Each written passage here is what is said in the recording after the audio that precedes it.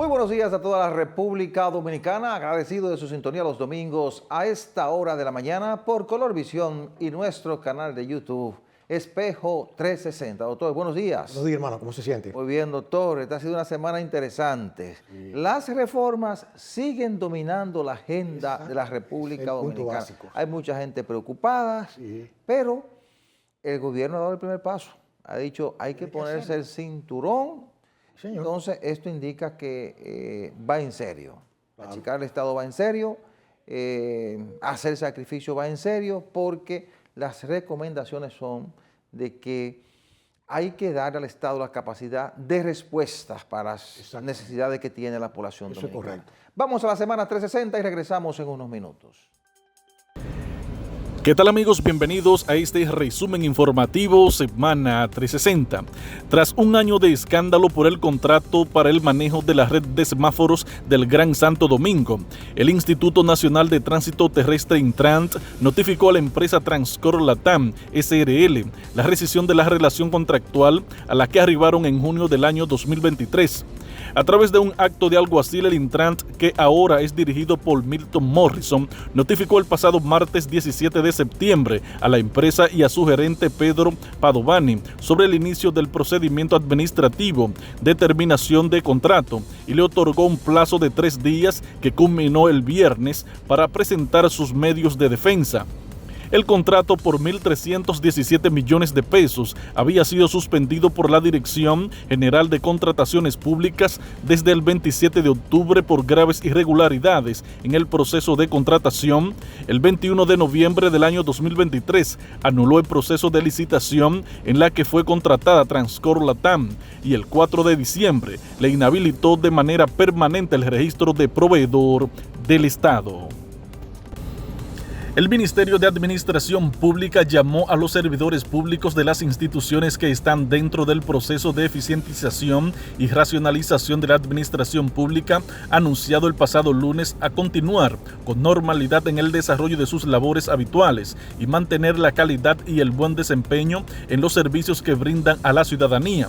A través de un comunicado firmado por el ministro Sigmund Freud, el MAP resalta que no habrá desvinculaciones inmediatas o masivas, ya que cada una de las instituciones que forman parte de este plan de manejo de la administración pública iniciarán un proceso riguroso de evaluación interna para determinar los próximos pasos en materia de procesos, recursos humanos y otros.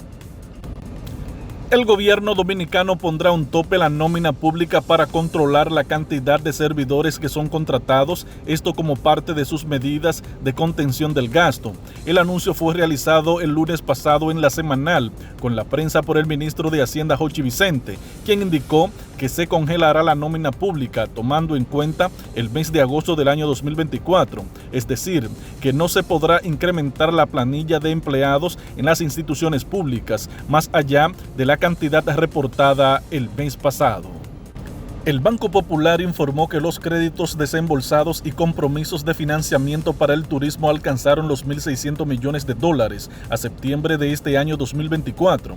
Estas cifras incluyen los aportes de Popular Bank, la filial bancaria del Grupo Popular que opera desde Panamá con licencia internacional. De acuerdo con un comunicado de prensa de la entidad, este financiamiento impacta de forma directa en la construcción de infraestructuras hoteleras y turísticas, en general, en la renovación de más de 30.000 habitaciones y en la generación de empleo directos e indirectos en beneficio de más de 35.000 personas. El presupuesto general del año 2025 de la República Dominicana será de 1.484.000 millones de pesos, según fue presentado el jueves en el Consejo de Ministros encabezado por el presidente Luis Abinader en el Palacio Nacional. La partida tendrá un déficit de 3.1% del Producto Interno Bruto, debido a que solo hay ingresos proyectados en 1.233.721 millones de pesos, explicó Jochi Vicente, ministro de Hacienda, al salir de la Asamblea. En el ámbito internacional, el primer ministro de Haití, Gary Conil, renovó el jueves su compromiso de organizar elecciones generales en noviembre del año 2025, durante una declaración a la nación realizada en el marco de una audiencia pública con motivo de sus 100 primeros días de mandato.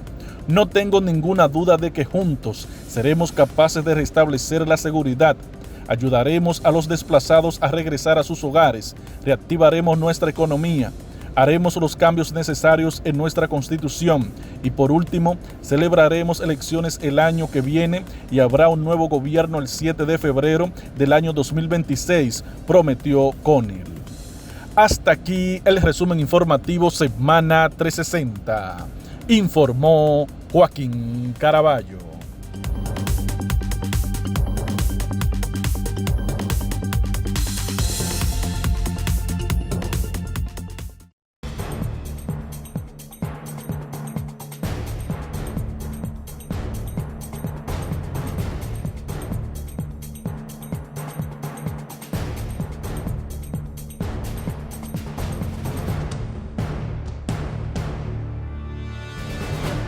Cuando el presidente Luis Abinader anunció al final de la campaña que finalizado el proceso electoral, si ganaba, como en efecto ganó las elecciones, iba a convocar a los partidos políticos de oposición y a los demás sectores para el proceso de reforma fiscal y constitucional.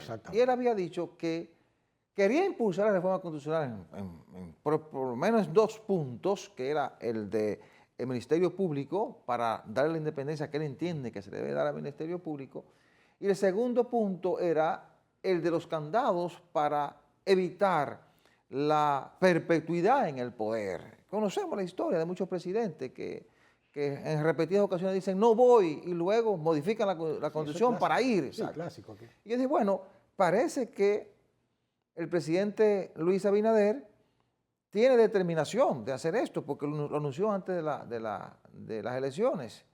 Muchos candidatos no lo hacen, no es recomendable porque eso te puede afectar, sobre todo hablar de reforma fiscal, que todo el mundo sabe que cuando se habla de reforma fiscal te van a hablar de impuestos, ¿verdad? Por algún lado, y eso es horrible hablar de impuestos en una campaña electoral. Bueno, pasado el proceso, llamó a los candidatos presidenciales, conversó con el del PLD, no logró conversar con Leonel Fernández. En principio Leonel Fernández había aceptado recibirlo, pero parece que por estrategia Fernández luego le dijo que no podía, luego su partido comunicó que tenía una gripe, luego el propio partido Fuerza del Pueblo anunció que no, que entendían que no era factible reunirse con el presidente Abinader porque no había anunciado la agenda.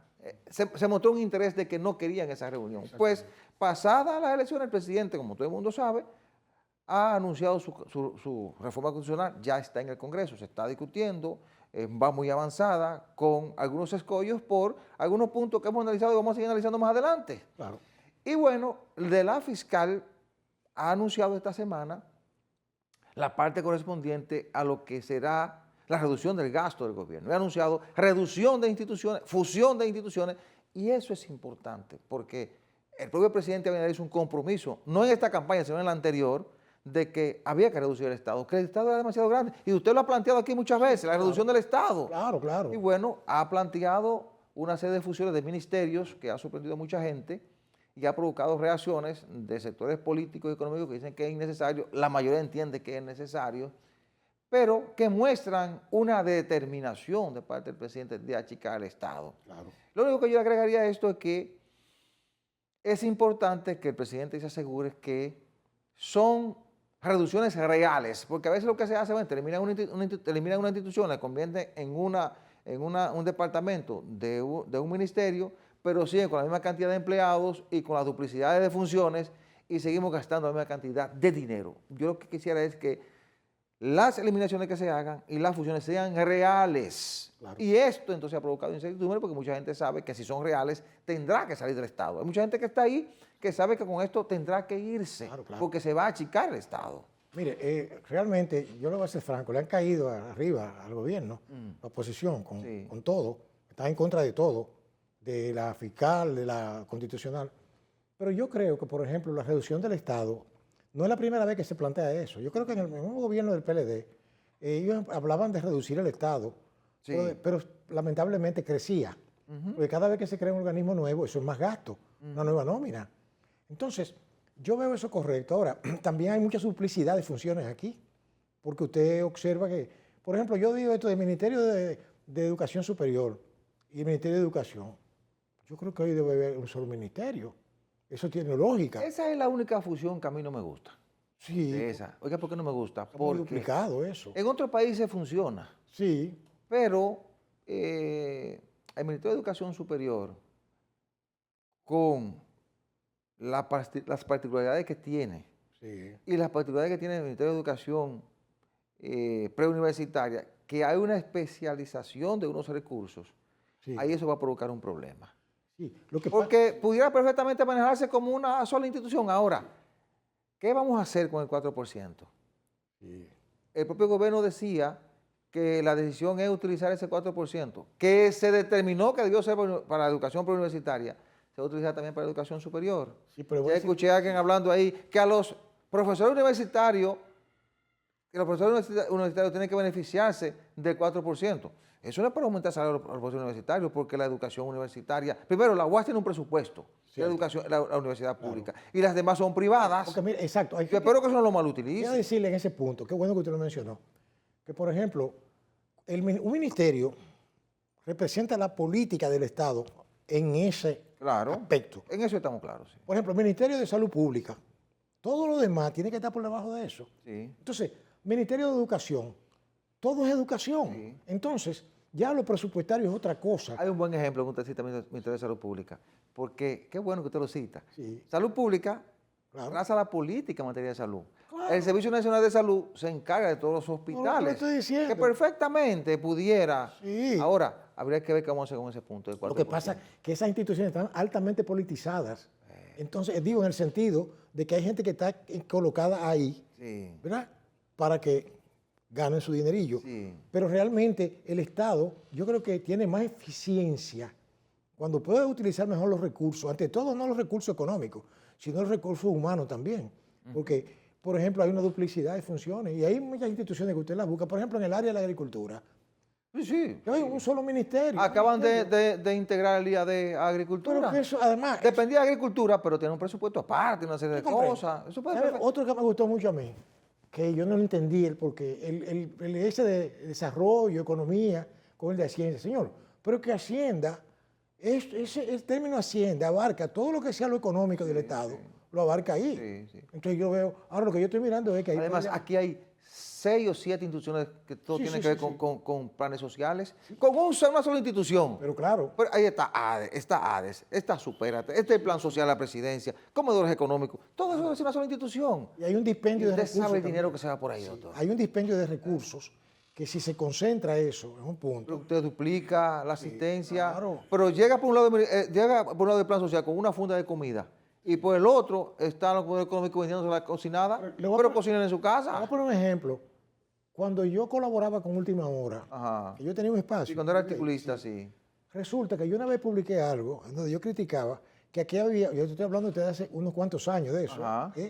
que aquí, por ejemplo, cada institución tenía un plan de vivienda, Sí. el IAD uno, el otro, el Banco Central otro.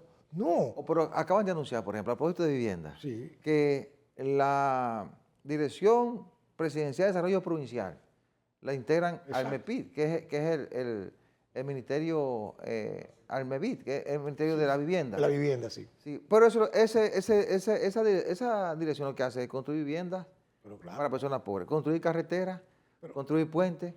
Hay muchas instituciones duplicando las funciones. ¿No se acuerda, por ejemplo, IAB y NAVI? Sí, hombre. Lo mismo. Todo eso hay que eliminarlo, integrarlo en un solo ministerio y ¿entiendes? que sea una oficina más. Claro. Si tiene 70 empleados, que opere con 5, ¿Te entiendes? dependiendo del ministerio. Claro que Y sí. se aprovechan mejor los recursos. Ahora, Usted tiene 20 secretarias, Cierto. con una puede funcionar. Ahora, el objetivo es importante, reducir gastos. Claro. Y eso Bueno, es importante. el gobierno ha anunciado que está buscando reducir los 25.000 millones de Sí, pesos sí. con esas eliminaciones algo- y fusiones, algo- claro. bueno. Hay otras que se están quedando por ahí que pueden perfectamente eliminarse y fusionarse. Sí, sí, sí, sí. Dirección de Desarrollo de la Comunidad. Eso es lo mismo que hace construir casitas, letrinas, construir carreteritas, caminos vecinales, funerarias. Eso lo puede hacer el Ministerio de la Vivienda. Le digo una cosa. Hay organismos aquí. En Inaguja, ¿qué hace Inaguja? Pero dígame usted. ¿Qué es sin aguja? Y usted comienza a revisar, este Estado es demasiado grande. Pero eso es disparate, Y el sí. presidente tiene un compromiso de reducir el Estado, lo hizo, ojalá que pueda cumplir.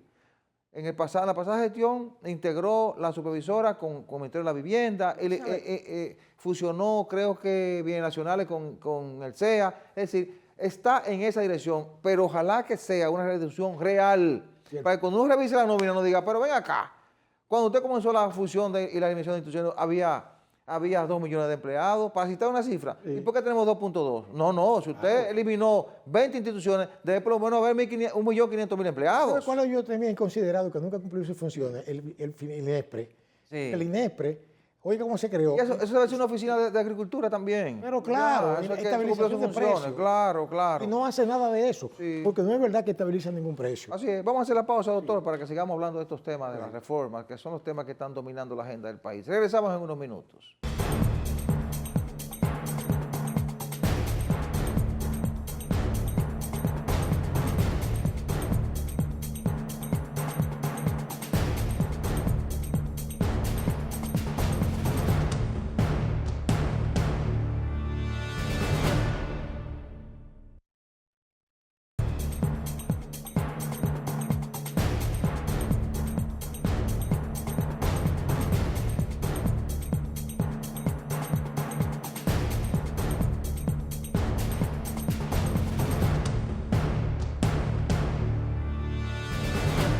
Hay un dato, doctor, en el que uno parece repetitivo cuando afirma que el Ejecutivo lo que está haciendo es mandando una señal clara. Cuando el Ejecutivo le dice a usted, mire, yo voy a recortar 25.000 millones con la eliminación de instituciones, con la fusión de instituciones, eliminación de ministerios, fusión de ministerios, le está diciendo al empresariado, a sectores del sector privado, del área social. Miren, ustedes se han estado beneficiando por muchos años de exenciones fiscales, que a la larga también son una carga para el Estado, porque son recursos que dejan de entrar al fisco para yo responder a las necesidades de la gente. Yo tengo un presupuesto deficitario que se viene arrastrando hace muchos años y que nadie hasta ahora ha querido enfrentar la consecuencia de eso. Yo necesito hacer eso. Entonces le ha dicho, ok, yo estoy cargando con mi cuota de sacrificio. ¿Cuál es la de ustedes ahora? Claro. Entonces, ahí le está mandando una señal porque ahora viene el golpe fuerte. ¿Cuál es el golpe? Ahí le voy. La parte tributaria. Esos son lo que usted es la más peligrosa. Eso es lo que usted señalaba, que no están muy gustosos. ¿Por qué razón? Porque, por ejemplo, empezando por los mismos legisladores, que hay que eliminar cosas, por ejemplo, ese gasto superfluo del famoso barrilito, eso también tiene que irse de paro. Eso es solo lo que usted ve. Lo que es aparentemente. Eso es lo que aparentemente ve. Pero que es injustificable que se metan una millonada sin ninguna justificación. Usted dirá, bueno, pero que el primer obstáculo que tiene el gobierno es con su propia gente, porque mire cómo le estamos bombardeando la reforma, otras cosas. La constitucional. Sí, porque entonces ellos no quieren reducir. Bueno, doctor, pero por un lado eso me alegra. Oiga, ¿por qué? Porque también el Congreso tiene que ser un contrapeso. A veces uno dice, bueno, no es recuerde los argumentos cuando se dividieron las elecciones cada 2 años. ¿Usted recuerda? Sí, claro. Bueno, que es importante que la población evalúe los gobiernos para, a partir de ahí, decidir si sigue con ese gobierno o no en función de la representación que esté nombrando en el Congreso. ¿Y por qué digo que bueno el contrapeso? Oiga, ¿por qué? Porque los presidentes y su entorno también se equivocan. El Congreso también tiene que funcionar como un contrapeso para evitar que solamente sea la visión de un hombre o la visión de un sector. Ese es el lado positivo. Porque usted y yo criticamos, no sé si usted, pero yo critiqué aquí los famosos 20 diputados nacionales que incluyó el presidente en su proyecto. Yo estoy totalmente en desacuerdo con que aumentemos de 5 a 20 los diputados nacionales porque usted le está quitando la oportunidad a la gente de decidir de manera directa en sus inscripciones que usted va a ser su diputado o que yo voy a ser su diputado o que Juan Pedro va a ser. Para poner ahí a 20 personalidades o personas que usted entienda que deben ser escogidos diputados sin haberse presentado por ante la población. Sí, porque yo quiero que fulano, es decir, la clase política teniendo su cuota de poder, yo quiero que fulano sea diputado y coloca 20. No. Es mejor reducirlo, como planteó alguien estos días.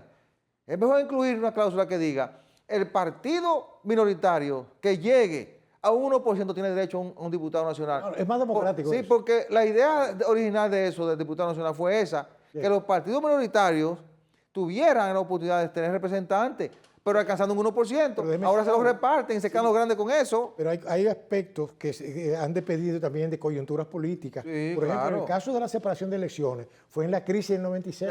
Del 94. 94, Sí, ¿verdad? sí. Que entonces ahí hubo otra intromisión de poderes extranjeros. Pero se demostró que era más favorable a la democracia Pero que los por eso le actuales. digo que funcionó, en cierto modo. Sí, Pero entonces ahora se pretende, por ejemplo, fusionar. Entonces cuando yo vi lo que informó la Junta, yo dije, pero eso no se Sí. puede. Qué bueno que lo citas, porque en la reforma, ¿cuándo se volvió al sistema ese de acercar las elecciones? Ahora sí que unificar un solo día, pero lo que se hizo en la reforma del 10 Cierto. fue eliminar esas elecciones cada 2 años, porque supuestamente siempre estábamos en elecciones, Sí. y acercarla a febrero y mayo, es decir, el mismo año, pero con 3 meses de diferencia. Pero, sí. Pero ahora lo que se pretende es hacer en un solo día, y la Junta le ha presentado un panorama crítico que hay que tener cuidado con eso. Pero eso demuestra que el papel lo aguanta todo, porque esos diputados se beneficiaron de 2 años adicionales Sí. para poder, ¿te entiendes?, cuadrar. No, doctor, no sea injusto con eso. Elegimos por 6 años. Ellos fueron al Lo que yo centro digo, de la yo sé, población. pero lo que quiero decirle es que entonces las coyunturas políticas a veces... Para poder juntarla de nuevo, Claro. el mismo año, No, pero tuvo que no. elegir por 6 años. ¿Me entiendes? Sí, eso es verdad. Sí, yo creo que como estás debe quedarse así. Sí. Ojalá que lo sea, que no le den Pero mucha hay importancia. planteamientos de gente que entiende que es mejor separarla cada 2 años o dejarla como está. Sí, porque es muy Yo la dejara como Es está. muy cercano.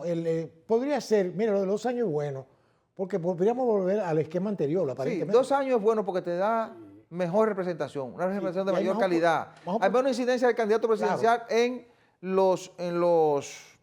los candidatos municipales. Claro. ¿verdad? Y en los de diputados y senadores. Ahora, si se dificulta tanto, yo la dejara como está. Ahora, para lo más factible para mí sería que sea cada 2 años, porque tú permites evaluar el gobierno de turno. Pero y precisamente- permite elegir un Congreso que sea realmente un contrapeso. Pero es que le digo que te entonces- obliga a negociar. Eso implicaba, eso exactamente, que implica que hay más oportunidades que la gente puede escoger Claro. y no imponerle, ¿tú entiendes? Ahora, Es así. parece que va a haber modificación profunda a ese proyecto, porque primero, la Junta le presentó un panorama crítico. Tétrico, sí. Le dijo, ustedes modifican esto Tétrico, un desastre. o hay que hacer hay que tomar una serie de medidas. Por ejemplo, ¿qué le dijo la Junta? Habría que duplicar la cantidad de colegios, Sí. habría que comprar nuevos equipos, habría que comprar nuevos software, habría que instaurar el voto electrónico, Que hubiera tenido que la oposición le tiene terror. Cuando hablo de oposición, hablo de Leonel Fernández. Bueno, habría que sacar el PLD porque fue en su gestión que se impulsó, pero por Leonel Fernández fue que se quitó de No, nuevo. la el experiencia voto. que hay con eso es terrible. Claro, entonces la oposición, un sector de la oposición no lo quiere. De la Junta le ha dicho, para salir de esto habría que hacer eso. Y habría que eliminar el voto preferencial para regidores. También. Entonces, ¿qué ocurre? Eso sería un retroceso, porque usted, con el voto preferencial usted permite que la gente en una demarcación determinada vote por el regidor que conozca más a su representante en esas demarcaciones, que son importantes, que son los gobiernos municipales. Claro. No planteó la eliminación del voto a diputado, pero sí de regidor. ¿Y qué dijo? Aquí se corre el riesgo de perder credibilidad, que eso es fundamental para una junta. Efectivamente. Que esta que está ha recuperado esa credibilidad, porque la anterior la perdió. Sí, con la completamente. suspensión de las elecciones Producto de de eso febrero de mismo, 2020. precisamente, el voto electrónico trajo ese Y los problema. cuestionamientos que le hizo un sector de la oposición, sobre todo Leonel Claro, Fernández. Claro. Y entonces le dijo, y viene la incertidumbre porque nosotros no estaríamos en condiciones de dar un resultado a las 8 de la noche como lo estamos dando ahora. Cierto. Habría que esperar por lo menos a las 1:45 de la madrugada para dar el primer boletín Imagínese con el usted. 25% como lo estamos dando ahora a las 7 de la noche. Siempre que no hay un Estaríamos retrocediendo a aquellos tiempos en que usted ha pasado hoy 3 días esperando un boletín. Siempre que no hay un apagón general. Exacto. Que dure 3 o 4 horas. Entonces, a eso va a haber que prestar atención y ahí va a haber que tratar de ver Exacto. si ese punto se modifica. Bueno. Si los congresistas tienen ya eso en sus manos. Cierto. El asunto entre los diputados le dijeron a su partido, al PRM, le dijeron, nosotros no vamos a bajar 53 diputados, vamos a bajar 20 máximo. Ahora, hay una cosa Y que no usted habrá dijo- diputados nacionales, no habrá más diputados hay nacionales. una cosa que usted dijo ahí que me Sí. interesó mucho y era que eso le da como más garantía democrática, esa oposición que tienen los mismos legisladores. Claro, claro. Entonces podían asumir su papel, el que uno siempre ha aspirado. Uno ve que lo están asumiendo. No, ven acá. Lo están haciendo porque le afecta. Sus intereses. Porque, como usted decía, no quieren coger cuchillo para su garganta. No, pero- bueno, por lo menos hay cierta oposición Cierto que te, dice, principio de- que te dice a ti, por lo menos lo van a revisar. Claro. Entonces, ya se revisó lo del Ministerio Público. El presidente decidió no sacar lo del Consejo del Ministerio Público. Se está revisando lo de los diputados. Yo no estoy de acuerdo con que una provincia que tiene 2 diputados usted se lo quite. O que tiene 4 usted lo baje a 1 o a 2. Cierto. Entonces, ¿qué van a meter los diputados? Bueno, vamos a bajar máximo 20 Cierto. y se lo vamos a quitar a la capital, a Santo Domingo y a Santiago, que son los que más tienen. Claro. La provincia que tenga 4 o menos seguirá con sus 4 diputados o menos. Sí, porque hay provincias que por su tamaño. Claro, eso va a sacar del bailoteo a 16 o 17 provincias, ¿verdad? De la reducción esa que han planteado. Claro. Y bueno, por lo menos uno ve que hay un ejercicio en el Congreso de hacer las cosas diferentes. Ojalá puedan hacerlo para que esa reforma salga, pero que sea una reforma que no afecte el sistema. Pero no olvidemos que el primer poder del Estado es el Congreso. Es el Congreso, y que tiene que cumplir con su papel. El primer poder tiene del que cumplir Estado. con su papel. Exactamente. Y luego hay que trabajar con la reforma fiscal, que va a ser la parte más dura. Exacto, es lo que a nosotros nos enseñaban en el aula universitaria, en la Escuela de Derecho. Los 3 poderes, ¿verdad? El equilibrio. Sí. El legislativo pone la norma. Sí. El ejecutivo ejecuta. Ejecuta. Dice eso. Y el judicial controla la violación. Eso es todo. Vamos a la pausa. Bueno, gracias. Sí.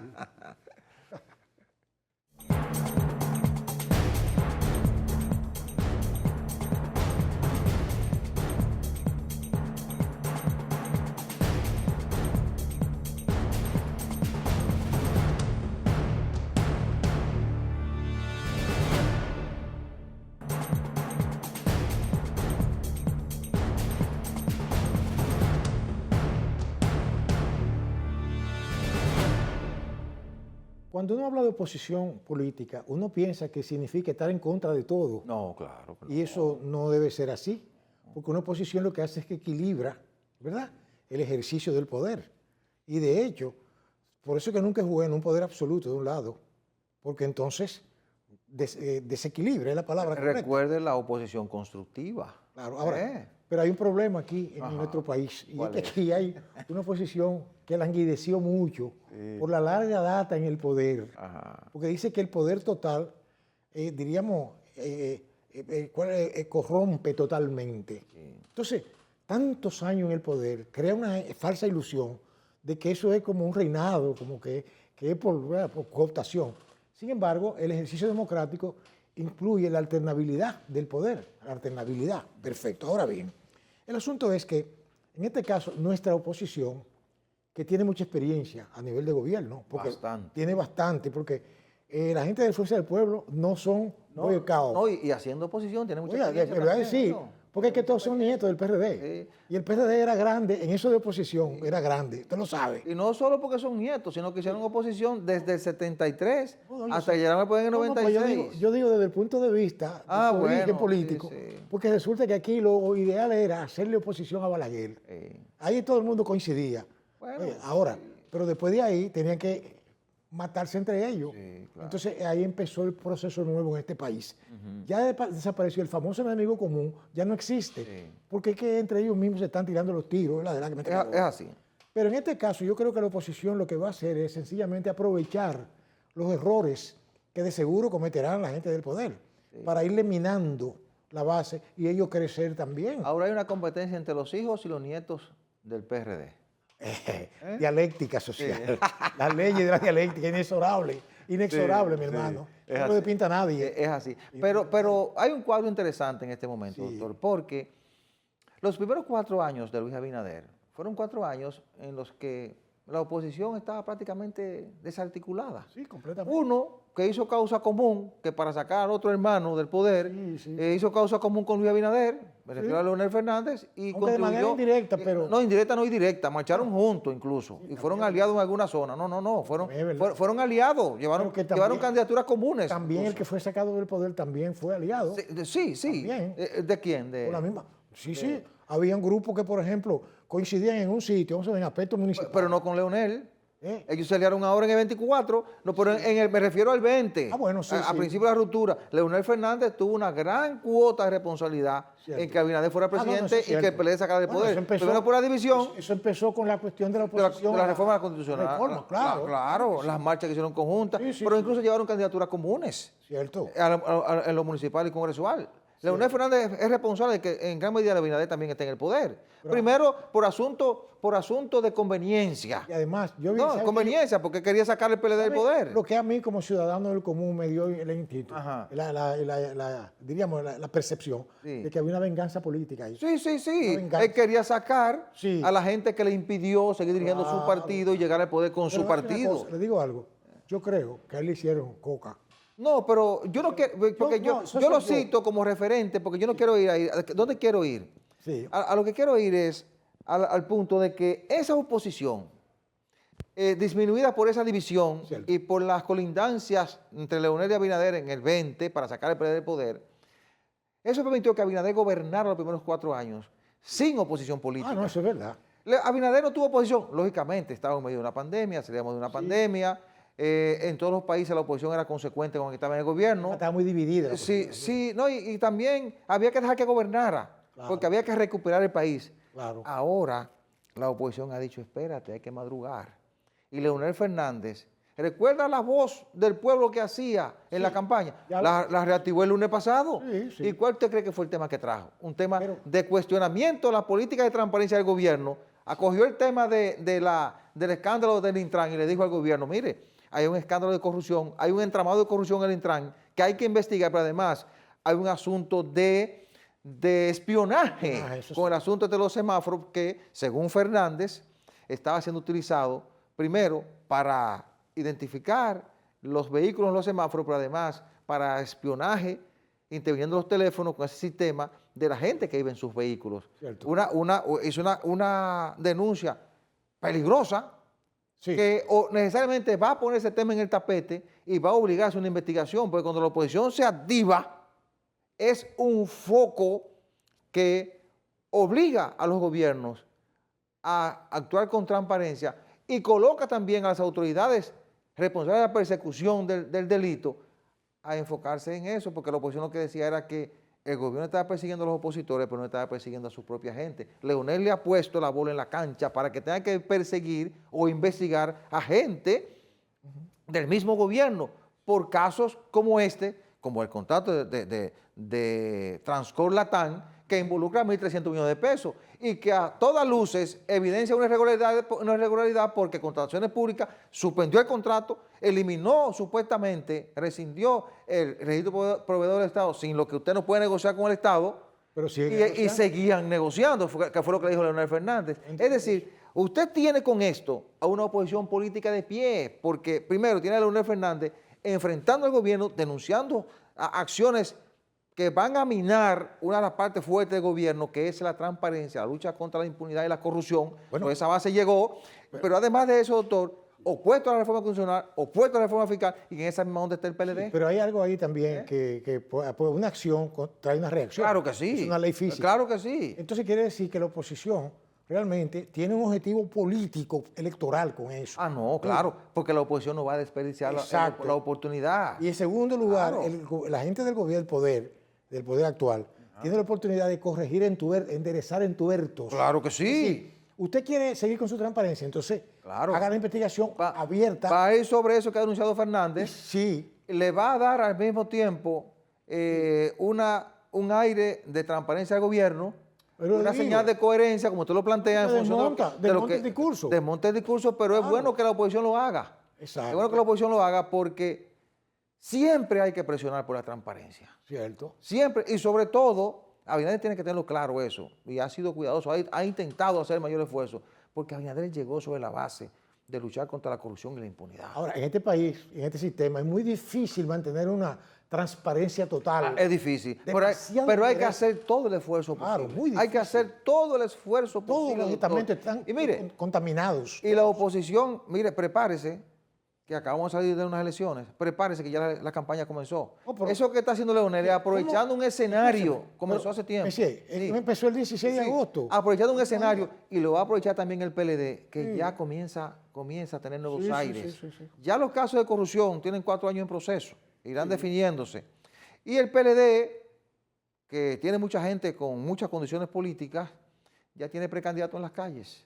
Imagínese. Ya tiene gente que le está dando esperanza a muchos periodistas que estaban dormidos y han dicho, espérate, vamos a comenzar a luchar. Ahí salió una encuesta, la encuesta del grupo AC de Media, esta semana diciendo que el PLD como partido tiene un punto porcentual por encima de Fuerza del Pueblo, 17%, Fuerza del Pueblo Sí, porque 16%, porque la estructura política la tiene el PLD. Lo que pasa es que la opinión pública se inclina de acuerdo a las circunstancias. Claro, ¿y qué ocurre? Esos partidos, esos líderes políticos, tanto Leonel Fernández, Danilo Medina, el candidato que coge el PLD, van a sacar todo el provecho posible de un momento que puede ser crucial para el partido de gobierno. ¿Cuál es? La reforma fiscal, que cuando tú te colocas impuestos, la gente, eso te genera protesta. La misma reforma constitucional, que la oposición ha dicho que es innecesaria.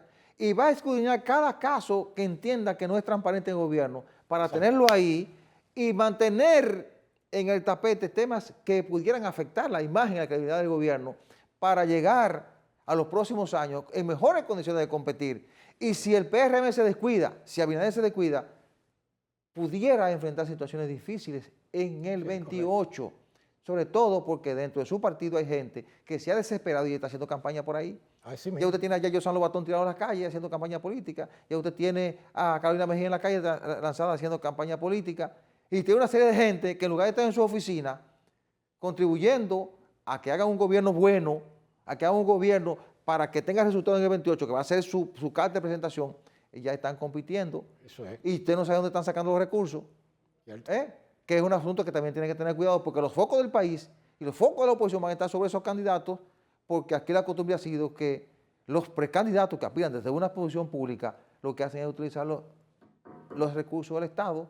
Pero claro, y quien haga eso corre el riesgo de sentarse en el banquillo de los acusados cuando este partido salga del gobierno. Quita de la posición que tiene. Claro, no pueden hacer una campaña. Se apaga. Claro, vamos a la pausa.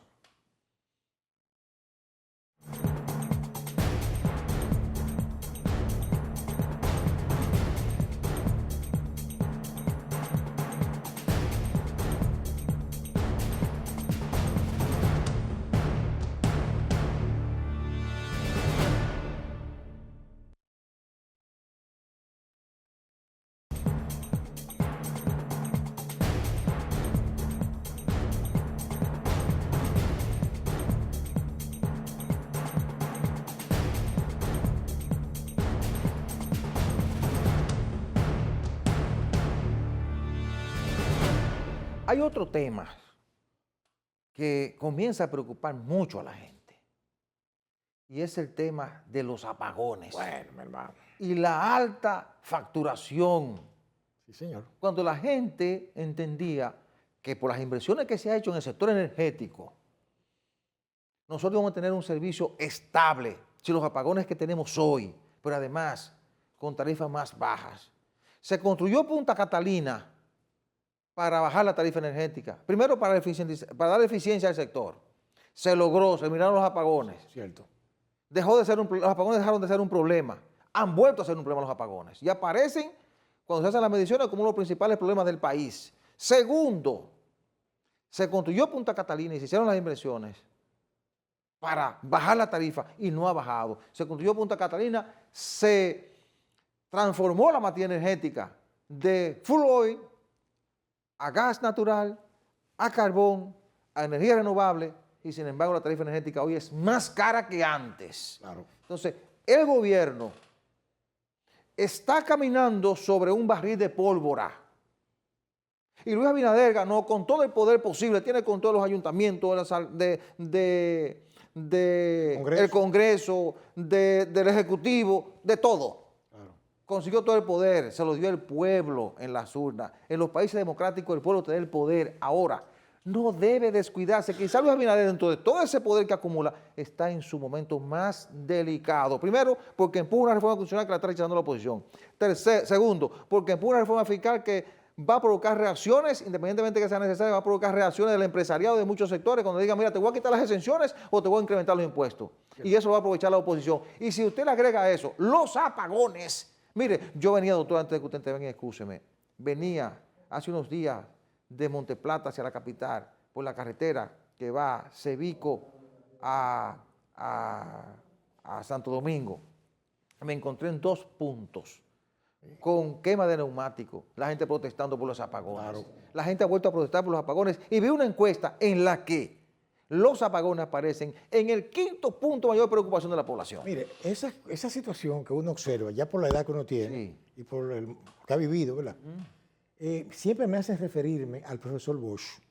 Él tiene dos obras que son fundamentales, que son El Estado, una de ellas, Sí. y la otra es Composición Social Dominicana. Sí, muy buenas. El que le gusta leer profundo se va al Estado, Sí. pero el que le gusta leer ligero, para entender de una vez, se va a Composición Composición Social. Esas son dos obras cumbres. Las dos son recomendables. Para mí son dos obras cumbres. sí. Yo tuve acceso a ellas. Y ahí fue que yo pude entender, porque yo le he dicho a usted en muchas ocasiones, que en mi generación empecé a oír hablar de política con Bosch. Sí. Salía a diario a orientar a la Pero ven población. acá, éramos adolescentes de 14 Claro, años, claro, 13, 14 claro. años, y oíamos hablar tutumpote, hijo de Machep, ese tipo de cosas, que le caía de más En arriba. términos llanos. Pero estoy hablando. Claro. Entonces, ¿qué pasa? Que el profesor Bosch, en sus planteamientos, es increíble, una sociología política profunda. Él plantea que en el poder social y el poder político, que es la estructura que forma el Estado, hay un poder que le llama el poder fáctico, que es un poder que no está sujeto a elecciones, no está sujeto a control popular. Que es tan peligroso como cualquier otro. No, tan no. Ese es el verdadero poder. Porque, oiga, aquí hay gente, óigame, que tiene que estar de acuerdo de manera indirecta en que te nombre hasta un director general de algo. Hay que consultar sutilmente con él. No solo eso, que Pues yo no ya, estoy ya hablando. te están casi nombrando presidente. Pues yo lo en que le este estoy país. diciendo, Digo, te están casi nombrando presidente en este Pero país. no hubo uno que le dijo a Hipólito, yo te tumbo. Pero ven acá, espérate, pero ven acá. Usted es guardia, usted tiene un pelotón. Y ya tiene representación en el Congreso, todos esos sectores en el Le estoy Congreso, diciendo. en la Junta, en los diferentes estamentos de poder tiene Tal cual. representación. Entonces, aquí, ese poder fáctico, cansado de manipular quizá de manera indirecta a las marionetas políticas, porque estos son todos Y marionetas. de financiar campañas. Sí, marionetas. Entonces, ¿qué pasa? Que ellos lo que ahora es que están buscando poder directo. Fíjense por qué le digo esto. Eso Para mí, es peligroso. ¿Qué? que sí que, una dictadura, pero una dictadura de 14 familias. Peligroso. Mire lo que pasó en Centroamérica, que eran 14 familias que querían todo, y mire lo que terminó, un desastre. Desastre. Entonces, mire esto. ¿Qué llevó detrás de todo este problema eléctrico? Señores, pero este país está produciendo más que nunca generación eléctrica. No, aquí no hay problema de generación. Pero una cosa increíble. Y la transmisión eléctrica ha mejorado bastante, doctor. Sí, pero Porque aquí se ha invertido en pero transmisión. ¿por qué hay esos apagones? Esa cuestión? Porque es que para mí, yo estaré equivocado. Ajá. Hay un propósito oscuro. Ojalá que no. Bueno, para mí lo hay. Que eso caiga en manos, ¿verdad?, de ciertos sectores, que lo que le interesa es... Ese es un cuadro complicado, doctor. ¿Sí qué? Mire, usted recuerda, yo lo he contado públicamente, porque a mí me lo manifestó un testigo de primera mano. Sí. Cuando aquí llegó Unión Fenosa, que se dijo, aquí se le va a cobrar energía a todo el mundo, porque aquí hay que hablarlo claro, aquí hay gente que no puede ni siquiera comprar la comida. Sí. Entonces, aquí se le va a cobrar a todo el mundo porque se va a manejar con un criterio empresarial. Si tú lo manejas con un criterio empresarial, tú tienes beneficio. ¿Sabe qué dijo el presidente de turno? Aguántense ahí, espérense. Sí. Si yo aplico eso, me van a tumbar. Sí, Hipólito. No, eso fue Leonel Fernández. Fue Si aplico eso, me van a tumbar. Sí, fue de él. Y ahí comenzó el subsidio energético. Es cierto. El subsidio comenzó ahí. Correcto. Pero le voy a decir una cosa. Usted mencionó a Unión Fenosa. Usted sabe que yo vivo buscando. Sí. Unión Fenosa fue No, condenada- Hipólito fue el que compró el contrato Claro. y creó las distribuidoras. Pero que oiga lo que son las cosas de este país. Unión Fenosa, que era juez y parte. Sí. Oiga bien, juez y parte. Que Entonces, llegó con la capitalización de la empresa lo estoy pública del diciendo. 97. Entonces, no metieron un centavo aquí. Sí. Entonces, pero en España, después yo me enteré que esa gente fueron condenados. ¿Sabes por qué? Porque ellos engañaban a los consumidores. Sí. Los contadores estaban apagados y seguía. Pero ven acá, por eso, no estafa. Entonces, eso que le llega a una persona que de 800 pesos está pagando 4,000, 5,000, 6,000. Hermano, mire, eso. Aquí, Una bomba. el presidente Abinader, bueno, que presentó en estos días un plan junto a César Marancini en el Palacio, tiene que prestarle mucha atención al tema energético. Primero, hay generación suficiente y se está invirtiendo más en generación. ¿Cuál Están es el construyendo problema? plantas nuevas. En Montecristo están construyendo una planta nueva en Manzanillo. Entonces, ¿cuál es el problema? No, el problema está en la distribución. El problema está, doctor, en que aquí hay un segmento que según Marancini se están robando la energía. Aquí hay más de 800,000 que se están robando la energía, que no pagan con esta manera ilegal. Pero además de eso, no le están cobrando que hay que cobrarle. Pero- Óigame, doctor, es grave. Y encima de eso te están cobrando la energía más cara. Pero, Messier, pero todo una el cosa, tiempo. está bien. Sin embargo, hay un desequilibrio. En la... Y agrégale a eso que tenemos apagones de nuevo. Pero que hay un detalle. ¿Quiénes son los que están sintiendo el embate de eso? Las clases menos pudientes. No, sí. Porque aquí, como dijo el señor Marrancini, Ajá. él había dicho como que aquí hay gente que no pagaba. Sí, aquí Pero hay que de ese salir sector. detrás del que no paga, Sí. hay que subsidiar al que no puede. No, pero él no se menciona a eso. No, hay que subsidiar al que no puede, hay que dar energía eficiente, Sí. oye, energía eficiente y revisar la tarifa, porque aquí se transforma la materia energética para bajar la tarifa, Ahí, que es más cara que cualquier no. gobierno tiene que tomar una decisión política. Claro, con eso. y la clase media paga. Claro. Ahora, el que se la robe que le No, cobren. claro que sí. Yo pago mi energía, el que se la robe que le paguen. Todos pagamos. Claro que sí. Bien, la semana que inicia va a estar muy centrada en la reforma fiscal, la reforma constitucional, el incremento de la misión de pacificación en Haití, así como los pasos para elegir una nueva Junta Central Electoral. Hemos concluido por hoy, nos despedimos. La cordial invitación para que nos acompañe el próximo domingo a la misma hora y por este canal. Buena suerte, buenos días.